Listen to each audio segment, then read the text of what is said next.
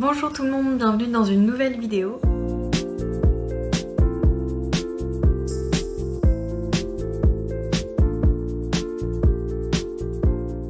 Aujourd'hui, je vous retrouve pour vous présenter ma pile à lire du challenge Flower Books Challenge organisé par Madame Errance.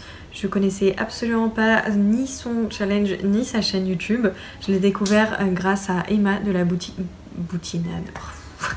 Emma de la Bouquinade.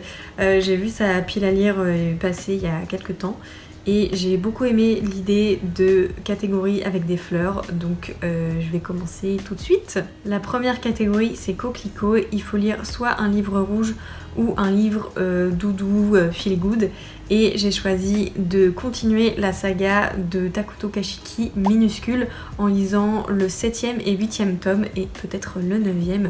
Je ne les ai pas encore avec moi parce que je ne suis pas encore allée les emprunter à la bibliothèque, mais ça sera fait dans les prochains jours et j'ai très hâte. Je vous mets les couvertures à l'écran pour que vous puissiez un petit peu voir la mignonnerie de ces choses.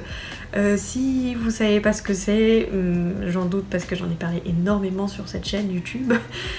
C'est l'histoire de Hakume et Mikoshi. C'est des petits êtres de 9 cm qui vivent dans un arbre, qui se déplacent à dos de scarabée, qui vivent des aventures. Très mignonne, c'est adorable, j'adore. Enfin, je suis complètement fan de cette saga. La deuxième catégorie, il s'agit de Mimosa, donc il faut lire soit un livre jaune ou un livre mettant en scène un amour secret ou solaire.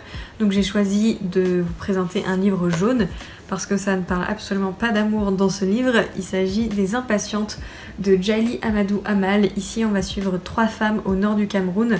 Donc on va suivre Ramla qui a été arrachée à son premier amour, Safira qui est confrontée à l'arrivée d'une deuxième épouse et Hindou qui est mariée de force à son cousin. Donc, au nord du Cameroun, c'est des riches familles peules et musulmanes qui font en sorte d'élever leurs filles pour qu'elles deviennent de futures bonnes épouses et qu'elles respectent la volonté de leur mari. On va suivre ces 3 femmes-là qui, j'imagine, vont se rebeller, essayer de se libérer de tout ça. Donc on va suivre un peu leur parcours. Et j'ai décidé de le coupler à la 5e catégorie puisque c'est Bignone, un livre orange ou mettant en scène la force ou le courage, ou mettant en avant, pardon. Et je pense que ces 3 femmes vont avoir besoin de force et de courage pour faire ce qu'elles font.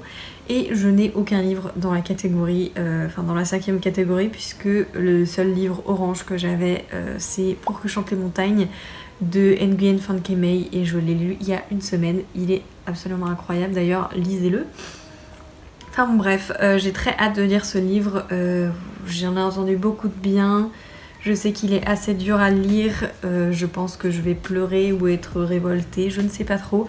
Mais en tout cas, il m'intrigue beaucoup. La 3e catégorie, c'est Jacinthe. Donc c'est soit un livre violet ou un livre qui met en avant la royauté ou la richesse. Donc j'ai décidé d'opter plutôt pour la signification. Donc j'ai choisi un livre qui met en avant plutôt la richesse. Avec Les Gardiens des choses perdues de Ruth Hogan. Donc on va suivre l'histoire de Anthony Perdue qui a passé la moitié de sa vie à collectionner des objets. Et à son décès, il lègue sa demeure victorienne et tous ses trésors, toute sa collection à son assistante Laura. Donc voilà, je pense qu'on est assez bien dans le thème de richesse avec cet homme qui collecte les objets. Enfin, j'ai adoré cette histoire quand je l'ai vue en librairie. J'ai adoré la 4e de couverture. Enfin vraiment, c'était... Et puis j'aime beaucoup cette couverture. Elle est très jolie. Elle est très simple, mais... J'aime beaucoup ce contraste entre le bleu et le beige, voilà. C'est un livre qui me fait énormément envie depuis que je l'ai acheté, mais j'ai jamais pris le temps de le lire, donc j'espère pouvoir le faire grâce à ce challenge. La 4e catégorie, c'est Hortensia, donc c'est soit un livre vert ou un livre qui parle d'espoir ou d'honnêteté. J'ai 2 livres pour cette catégorie, soit un livre vert avec La Vallée Arc-en-Ciel de Lucy Maud Montgomery. C'est le dernier tome en date de la saga d'Anne de Green Gables aux éditions Monsieur Toussaint Louverture, j'ai eu un petit trou de mémoire. Et c'est une saga que j'aime énormément. Pour ceux qui ne connaissent pas la saga, je vais plutôt vous résumer le 1er tome puisque ça sert à rien de vous résumer, je crois que c'est le 6e ou 7e tome, je sais plus. Mais du coup on va suivre Anne qui est orpheline et qui a été recueillie par un frère et une sœur. Et en fait eux voulaient un garçon, mais bon ils ont finalement eu Anne qui décide quand même de garder. Et Anne est une petite fille qui a une imagination débordante et elle remplace tout ce qu'elle voit, elle essaie de voir de la beauté dans chaque chose qu'elle voit et c'est un personnage qui est incroyable. C'est une histoire très touchante qui se passe au Canada sur l'île du Prince-Édouard. Enfin bon, c'est une saga que j'aime énormément, j'ai très hâte de lire la suite. Si mes souvenirs sont bons, c'est une couverture verte avec des enfants qui courent, mais j'ai aussi décidé de choisir la signification en du coup un livre qui parle d'espoir ou d'honnêteté avec le manga Une sacrée mamie de je ne sais pas qui d'ailleurs. Je l'ai vu sur la chaîne de Pikiti Bookin et c'est un livre qui me fait énormément envie, enfin un manga qui me fait beaucoup envie parce qu'on va suivre une grand-mère qui élève son petit-fils et qui a des astuces pour rendre un peu sa vie meilleure. Je ne sais pas où sont ses parents. J'aime énormément les personnes âgées dans les romans et j'aime beaucoup les liens intergénérationnels et les relations intergénérationnelles. Je trouve ça toujours très intéressant et je pense que ça va y avoir beaucoup d'espoir ou d'honnêteté. Honnêteté un peu dans la transmission de cette grand-mère, je sais pas trop. En tout cas j'ai très hâte soit de me procurer l'un ou l'autre, j'espère pouvoir me procurer les deux, on verra, mais j'ai très hâte de lire soit l'un soit l'autre. C'est très difficile dans mon cœur de choisir entre l'un ou l'autre. La cinquième catégorie, je vous en ai déjà parlé avec Les Impatientes de Jaili Amadou Amal. Donc on va passer directement à la sixième catégorie qui est Bleuet. Donc c'est soit un livre bleu ou sur la solidarité entre les liens forts d'une amitié ou d'une famille. Donc j'ai choisi un livre bleu. C'est un roman graphique qui s'appelle C'est comme ça que je disparais de Myrion Mal. C'est une amie qui me l'a prêté parce qu'elle pense que ça peut me plaire. C'est pas du tout un livre joyeux puisque ça traite de la dépression, mais je trouve déjà la couverture absolument magnifique. Le sujet de la dépression m'intéresse beaucoup, je trouve que c'est pas assez traité dans les romans, quoique ces dernières années ça l'est un peu plus. Mais voilà, j'ai beaucoup aussi aimé les dessins quand je les ai un peu feuilletés, je trouve qu'ils sont très jolis. Je vais vous montrer juste rapidement. Voilà, je trouve qu'ils sont très beaux et j'ai très hâte de le lire. Je vais peut-être commencer par celui-ci d'ailleurs. Je sais pas trop encore par lequel je vais commencer. Celui-ci sera l'un des premiers que je lirai parce qu'il m'intéresse énormément et que j'ai très envie de romans graphiques en ce moment. J'en ai lu un très récemment et je l'ai adoré. Bref, je parle trop. La dernière catégorie c'est Poids de senteur. C'est soit un livre rose ou qui est sombre, qui peut mettre en avant la duplicité, la fourberie, etc. J'ai décidé de lire le seul Agatha Christie que je possède, c'est Le meurtre de Roger Ackroyd. Je ne sais absolument plus de quoi ça parle. Je n'ai jamais lu cette autrice, donc voilà. Je me suis juste dit un roman sombre qui traite de la fourberie, etc. Un roman qui parle de meurtre, je trouve que ça va bien avec. Honnêtement, je sais plus trop de quoi ça parle. Je sais que c'est Mr. Ackroyd qui est décédé, mais enfin qui a été tué.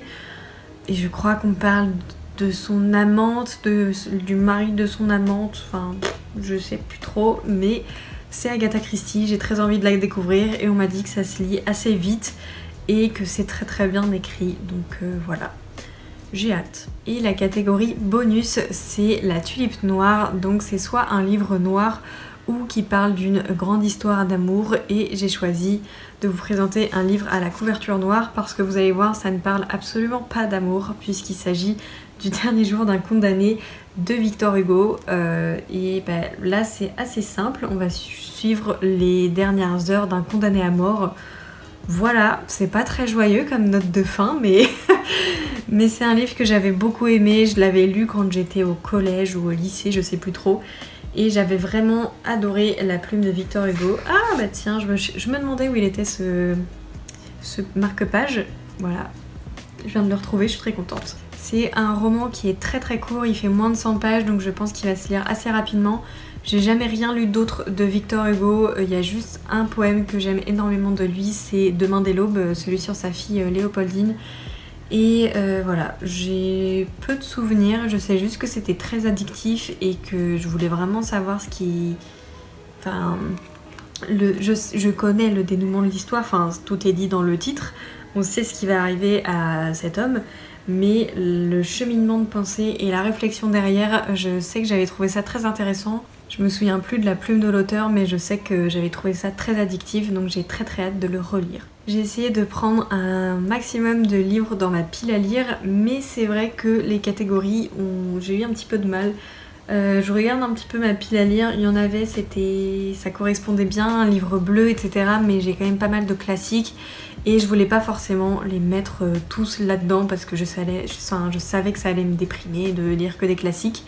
Je lirai peut-être La Princesse de Clèves parce que mon édition est rouge, je vais vous le chercher. Voilà mon édition de La Princesse de Clèves, je l'avais déjà mis pour Mars au féminin et au final je ne l'ai pas lu.